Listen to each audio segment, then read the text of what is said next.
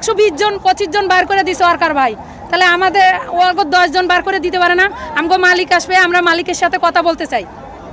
আমরা কোনো PM GM assistant manager কারোর সাথে আমরা কথা বলতে চাই না। আমাদের মালিক আসবে, মালিকের সাথে আমরা ওয়ার্কাররা কথা বলতে চাই। হয় ফ্যাক্টরি চালাবো, নাহলে আমাদের পাওনা দাওনা দিব, আমরা অন্য জায়গার চাকরি নেব। আমরা গরিব, আমাদের মাস শেষে বেতন ভাতা দিতে হবে। তারাই মনে করেন যে পায়ে পাড়াতে ঝগড়া করে, পুরানো বকা ঝগড়া করে, তারাই সমস্যা।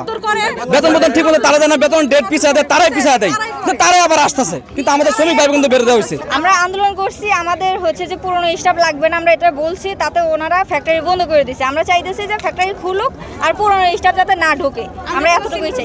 হ্যারাসমেন্ট করা হইতাছে, আমরা চাই আমাদের কর্ম খোঁজা দিক, আমরা সুন্দরভাবে কাজ করবো, আমরা কোনো বিশৃঙ্খলা করবো না। আমরা সেরকম পুরনো স্টাফ চাই না, তাদের স্টাফ লাগবে, তার স্টাফ নিয়োগ দিক, তারা স্টাফ নিবে, কিন্তু আমরা সেই পুরনো স্টাফ আমরা চাই না।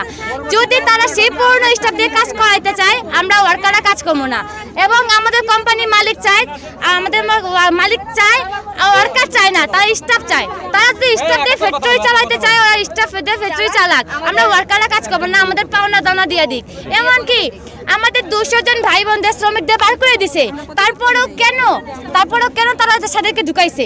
তাদের মধ্যে কি আছে? তারা সবাই চামচামি করে, আমরা করি না।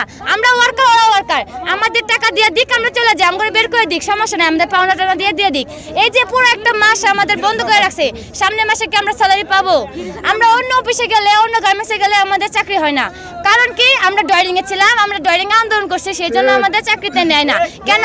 আমাদের এই পাশে এটাও খুলবে না, আমাদের অন্য জায়গাতেও চাকরি হবে না, তো আমাদের সংসার কিভাবে চলবে? প্রথম দাবি হলো ফ্যাক্টরি খোলা, যে নিরীহ মানুষগুলো বাইর করে দিতেছে সরাসরি স্টাফ, এগুলো চলবে না। আমাদের ভাই বোন, আমরা সবাই ভাই, ছেলেদের মেয়েরা সবাই আর ছেলেরা সবাই আমরা সুন্দর মতো কাজ করতে চাই, আমরা কারখানা খুলতে চাই।